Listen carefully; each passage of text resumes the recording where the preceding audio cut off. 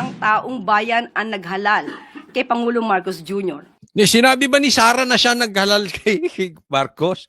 Ang sabi lang niya, humingi siya ng dispensa dahil tinulungan niya si Bongbong Marcos mahalal.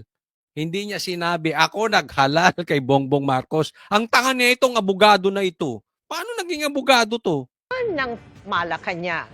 Mas maraming isyung dapat ihingi ng tawad si Pakinggan Vice niyo to. President Sara Duterte. Pinayuhan din ito ang publiko na suriin kung ang iboboto sa 2028 ay Manchurian candidate o puppet ng dayuhan. Maikli naman ang mismong reaksyon ng Pangulo. Nakatutok si Ivan Mayrina. Good luck. Ito ang maiksing sagot na Malacanang nang hinga ng reaksyon sa pagdeklara ni Vice President Sara Duterte. Natatakbo siya sa pagkapangulo sa 2028. Yan din daw mismo ang sabi ng Pangulo nang marinig ang plano ng bise. Can you describe to us how he said that? Ito po ba ay may good luck po kasi na sincere, may good luck na sarcastic? Kapag po kasi nagsasabi si Pangulo ng good luck, nakangiti naman siya eh. Good luck.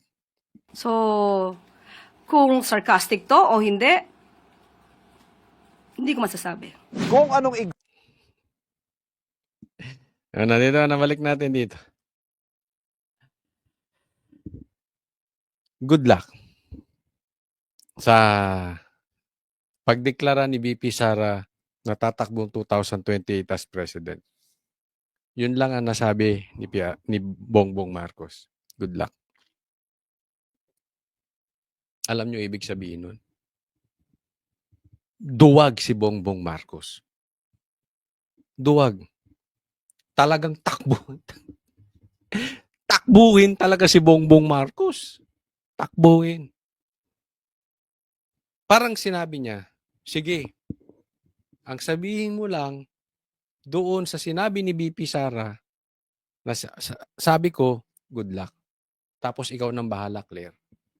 Animal, tumago na naman sa palda ni itong si Bongbong, tumago na naman sa palda ni Claire.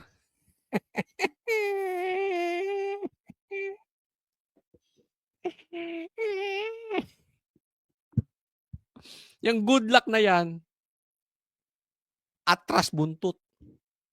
Atras betlog. Duwag si Bongbong Marcos. Yan lang po, ganun lang kasimple. Kasi pwede niya namang sabihin na karapatan niya yun, yung ganyan-ganyan. Hindi. Hindi siya nagsalita. Para na lang, hindi niya na kailangan ipagtanggol yung sasabihin niya. Si Claire na lang ang bahala. Kung sarcastic to o hindi ko masasabi. Kung anong igsi na mga katagang good luck na tugon ng palasyo sa deklarasyon ng bise, ay siya namang haba ng sagot ng palasyo sa paghingi ng paumanhin ng bise sa pagtulong anyang mahalal bilang Pangulo, si BBM. Ang taong bayan ang naghalal kay Pangulong Marcos Jr. Sinabi ba ni Sara na siya naghalal kay Marcos? Ang sabi lang niya, humingi siya ng dispensa dahil tinulungan niya si Bongbong Marcos mahalal. Hindi niya sinabi, ako naghalal kay Bongbong Marcos. Ang tanga niya itong abogado na ito. Paano naging abogado to? Kung ano man po ang natulong niya, pareho naman po sila nagtulungan dahil ito ay unity team. Anong naitulong ni Bongbong Marcos kay Sara? Ang tanga. Hindi nga siya nanalo bilang Vice President kay Lenny. Kaya wag niya pong solohin ang credit kung nanalo man ang Pangulo. Hindi niya sinusolo, tanga. Katanga kasi. Hindi niya sinusolo. Humingi siya ng dispensa doon sa mga taong nagtiwala. Ito konteksto niyan, Claire, para maintindihan mo. Maraming ayaw kay Bongbong Marcos. Una, dahil addict siya. Alam naman to ng buong Pilipinas. Pangalawa, anak siya ng diktador. Alam din to ng buong Pilipinas. Kaya nga sabi ko, hindi siya nanalo kay Lenny.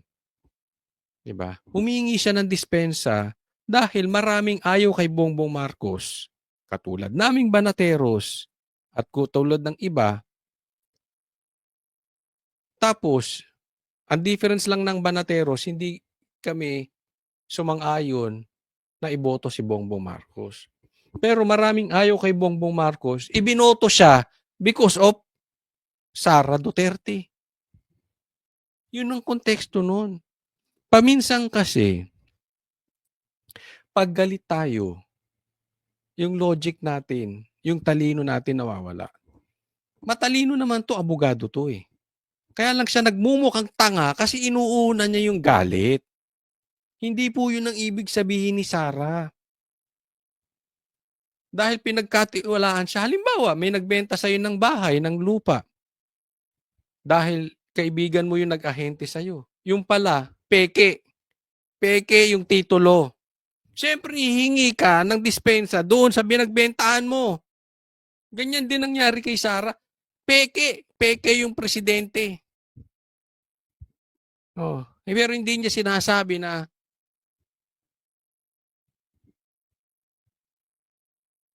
siya ang naglukluk kay Bongbong Marcos as president. Tanga. Sila nagtulungan dahil ito ay unity team. Kaya wag niya pong suluhin ang credit kung nanalo man ang Pangulo. Kasunod nito ang mahabang listahan ng mga mas dapat daw hingi ng tawad ng Vice Presidente. Una na riyan, ang katiwalian ay binabato niya sa administrasyon. Pinag-uusapan po ba ang korupsyon, ang katiwalian? Siguro po dapat mauna muna na ihingi niya ng tawad kung ano man ang mga issue ng korupsyon at katiwalian at di umanong paglulustay ng confidential funds ng kanyang dalawang Magkano confidential funds ni Bongbong? opisina at the time, OVP at ng DepEd. Dapat din daw humingi ng tawad ang bise para sa mga extrajudicial killings, sa pagbabanta sa buhay ng Pangulo, sa pagpapakalat ng fake news, sa palpak daw na pamamalakad sa DepEd at ang paninira raw sa administrasyon. Sinagot din ng palasyo ang mga banat ng bise na lubog sa bahang bansa, bagay na nangyari rin naman daw nung panahon ng kanyang ama. May komento rin ng palasyo sa mga nagsasabing ang anunsyong ito ay hakbang para protektahan ang sarili mula sa inihaing impeachment complaint laban sa kanya. Hindi po basta-basta ito dapat mahadlangan ng anumang pagreklamo laban sa kanya. Isa siya na maituturing na politician. Politician na ang iniisip ay ang susunod na eleksyon. Ang iniisip ay yung pansarili na Tanga. Sorry. Siya pa ang tinawag, parang sinasabi niya si Sarah Trapo. Hindi. Bulag ka ba talaga? Yung amo mo, wala nang ginawa simula 2022. Officially, 2023. Wala nang ginawa kung hindi bakbakan ng bakbakan ng bakbakan ng bakbakan ng bakbakan ng bakbakan ng bakbakan si Sarah. Di ba? Ngayon nag-declare, siya pa yung politician. Siya pa yung parang tinatawag niyong Trapo. Pina-impeach nyo nga last year eh. Tapos inuulit nyo pa ngayon. No. interes. Na yung may deklarado ng kandidato sa pagkapangulo sa 2028 na pag-uusapan kung sino magiging manok ng administrasyon at kung handa ba silang makipag-alyansa sa ibang mga partido para lumaban kay VP Sara. Hindi pa raw yan ang pag-uusapan sa ngayon ayon sa palasyo. Pero ngayon pa lang, may panawagan na sa pagpili ng iboboto sa 2028. Depende na po sa tao kung paano nilang susuriin ang mga kandidato. Isipin po nila ang kandidato at magiging leader ay dapat na makabayan. Dapat interes ng bayan ang sinusulong. Mga makabayan. Hindi yun si Bongbong. Makadroga yun eh. Dapat interest ng bayan ang sinusulong. O hindi rin si Bongbong yun. Kasi droga ay sinusulong nun. Ano pa? At maging cautious tayo, maging mapanuri kung isang Manchurian candidate ba ang maiboboto nyo. Ang Manchurian candidate, katagang Manchurian. sumikat sa libro at mga pelikula bilang Manchurian. tawag sa isang politiko na may agendang mapaminsala sa kanyang sariling bansa dahil pasikretong kinokontrol at nagsisilbing puppet ng isang kalabang bansa. Para sa GMA Hindi yun. Hindi yun si Bongbong Marcos. Kasi si Bongbong Marcos, Manchurian candidate. Puppet. Bakit? Hawak sa liig ng Amerikano. May tatanggi ba niya yan? Sinabi niya, hindi niya papasukin ng EDCA, pero pinapasok niya EDCA. Bakit? Alam naman natin, napakadaming na-freeze na account ni Bongbong Marcos sa Amerika. Marami pa yung hindi nababayaran doon. Meron pang alam natin, yung yaman niya ay nasa hawak ng Amerika. Kaya hawak yan sa leeg ng Amerika. Duterte ba hawak ng Amerika sa leeg? Hindi.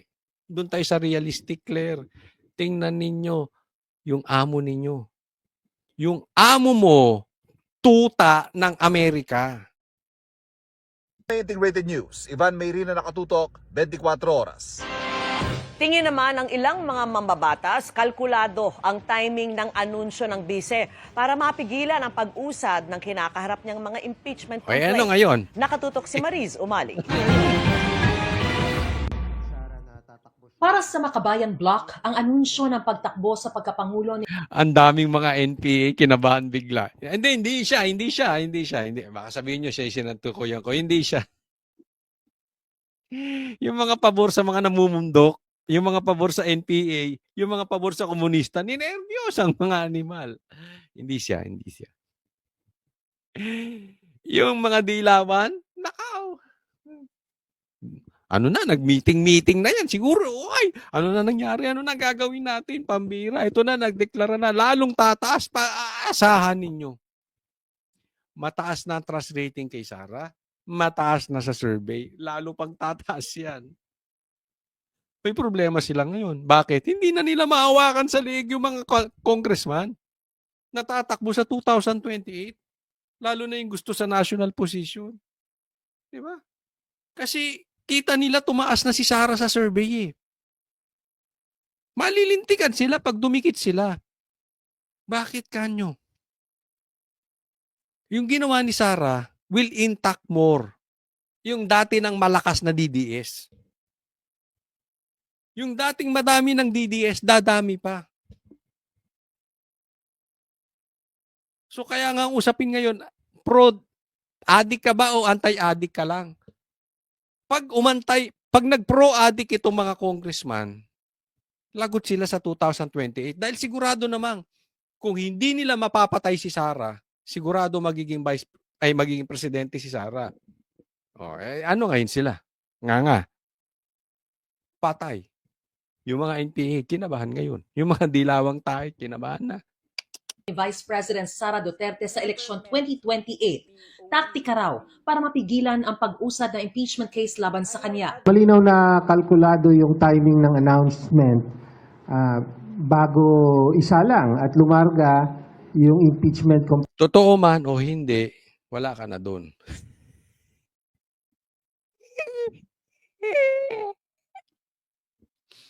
Yung mga iiyakin. Naglabasan yung mga iiyakin. complaint laban sa kanya sa Kongreso. No, siguro tingin niya matatakot niya, masisindak niya ang mga kongresista dahil patakbo siyang presidente. Pero makikita natin na dahil napakatibay ng batayan sa kanyang impeachment, hindi ubra yung ganyang mga gimmick at malalantad muli no ang kabulukan sa ginawa niya sa confidential fund. Yun. Sige, paniwalaan mo yung sinasabi mo. Sige, paniwalaan mo yan. Alam naman natin na una, walang boses to. Pangalawa, alam naman natin hindi ganyan mag-isip ang mga politiko. Andun sila sa sigurado. Huwag na natin itanggi yan. Pangatlo, alam naman natin walang ebidensya yung mga ibinibintang nyo. So, nagsasalita lang siya to convince the people, pero wala siyang nakukonvince. Ganito yun. Halimbawa, itong mama na to, sinabi niya, alam nyo naman, ako ay bagong ligo. At ako ay pogi.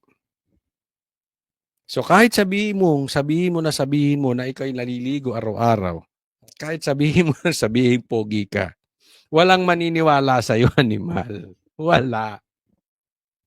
Niloloko nyo lang yung mga dilawang tae at saka yung mga NPA. Pero in reality, sa likod ng isip nila, tanga, hindi ka talaga pogi. Pero para na lang hindi magmukhang maganda si Sara, sabihin ko na lang pogi ka. Nakukuha nyo po yung analogy? Ganyan ang ginagawa nitong mga dilawan. They are just pretending na Totoo yung sinasabi nila, pero walang epekto. Wala. In short, walang bilang. Ito yung attempt nila para i-reframe yung narrative na lahat ng nangyayari ay dahil sa takbo siyang presidente.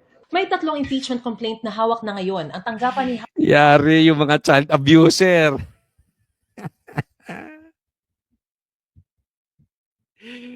Himas rehas kayo. House Speaker Bogie D. at hinihintay na ma-refer sa House Justice Committee. Kabilang sa reklamo ang Alam mo, issue ng maanomalya umanong paggamit ng confidential funds ng OVP at DepEd. Umano'y panunuhol sa mga opisyal ng DepEd. Pagkontrata sa isang gunman para umano ipapatay ang Pangulo, First Lady at dating House Speaker. Hindi pagdeklara ng lahat ng kanyang mga ari-arian sa kanyang SALN at pagsusulong ng political destabilization at sedition. Bagamat naniniwalang hindi makakaapekto sa paggulong ng reklamo ang anunsyo ng Vice Presidente, naniniwala si Senior Deputy Minority Leader Lawrence Defensor na may epekto ito sa pagpapasya ng mga mambabatas sa kahihinatnan na reklamo. I can tell you that it may affect how the voting will come out. Mabuti din para sa kanya, para malaman niya kung sino talaga ang mga kakampi niya at kung sino ang hindi niya mga kakampi. It's an yun yung sinasabi ko sa inyo. It's about time na malaman natin sino ang pro-addict at sino yung anti-addict. advantage for her right now, especially that the impeachment complaints will be referred to the Committee on Justice. Kaya hamon ni Gabriela Party List Representative Sara Elago sa mga kapwa mambabatas, ipakita nila yung kanilang pagiging tapat dun sa sinumpaang tungkulin na magsilbi sa interes ng taong bayan at hindi yung mga pansariling interes. sabi naman ni ML Party List Representative Laila De Lima, hindi na siya nagulat sa anunsyo ng Vice Presidente. Pero dapat ay panagutan daw muna niya ang mga paratang sa kanya. Karapatan naman niyang magdeklara kahit napakaaga. Tulad ng karapatan din ng mga Pilipino na singilin siya sa mga seryosong aligasyon ng katiwalian at paglabag sa batas na panawagan na po natin noong 2024 pa. Mas magandang harapin at sagutin muna niya ang mga ito bago ang ambisyon na maging Pangulo ng Pilipinas. Karapatan niya na magdeklara, tatakbong presidente, karapatan din ng Pilipino daw na singilin si Sara sa kanyang mali at karapatan mo rin, Laila De Lima, na magkaroon ng driver. I-enjoy mo ang driver. I-enjoy mo ang driver. Kasi, baka babalik ka sa kulungan. Baka lang naman, hindi naman ako nagsasabi niyan. Oo. Syempre, pag naupo yan si Sara, kung talaga may sala ka, at kaya ka lang napakawalan para kampihan mo yung adik, pag naupo yan, yun talagang kasalanan mo, kailangan mong panagutan. So ako, masasabi ko lang, enjoy mo na yung freedom mo. Kainin mo na yung gusto mong kainin. Yung mahabang buffet. Yan, yung mahabang buffet. Kainin mo na. Tapos, kumuha ka ng poging driver. Nang sa ganun, makapasyal ka. Pasyal ka ng pasyal. Kasi pagka nakakulong ka na, hindi ka makakapasyal. So, kumuha ka. Pero siyempre, masarap yung driver na pogi. At saka may sarap din yung may driver ka, di ba? Para hindi ikaw nagda-drive. So, kuha ka ng poging driver. Siyempre, para presentable naman pag namasyal ka, yung nakaalalay sa'yo. Enjoy life. While you can. Pero may hirit si Senior Deputy Minority Leader Representative Edgar Erice. Kapag kinonvict si VP Sara, magagalit yung kanyang supporters, which is about 30+% ngayon, baka mag-gather pa ng public sympathy, baka kahit sinong Duterte ang lumaban, manalo. May hanggang Alam mo, yan yung sinasabi ko. Teka muna, huwag ka muna ito yung sinasabi natin. Tatandaan po natin. Paulit-ulit ko itong sinasabi. Pilit nilang pinapatanggal si Sara. Alam mo, ang problema talaga, si Bongbong. Una, inutil na leader. Pangalawa, yung korupsyon hinayaan niya or kasali siya sa korupsyon. So, hindi lang ito dahil malakas ang Duterte. Yes, partly malakas talaga ang Duterte. Pero alam nyo, kahit ma-impeach nyo si Sara, kahit sinong Duterte tumayo, kahit si Kitty, iboboto na ng tao. Bakit? Dahil ayaw na ng taong bayan sa kalidad ng leadership ni Bongbong Marcos. Dahil ang dami nang nalunod. Naiintindihan niyo po ang punto? Kaya kahit anong gawin niyo kay Sara, kahit patayin niyo si Sara, na sana naman hindi kayo magtagumpay dahil alam ko isa yan sa plano ninyo, di umano. Maraming huusbong. Ang problema po ay hindi si Sara. Ang problema po si Bongbong Marcos. Inutil yung leader nyo. Baka kahit sinong Duterte ang lumaban, manalo. May hanggang March 2 si House Speaker Bogie D para maisama sa order of business ng House Plenary ang mga impeachment complaints laban kay Vice President Sara Duterte. Pagtitiyak naman ni Defensor, walang magiging delay sa pag-refer nito sa House Committee on Justice bilang patunay na walang magiging bias ang Committee on Rules. Para sa GMA Integrated News, Mariz Umali nakatutok, 24 oras.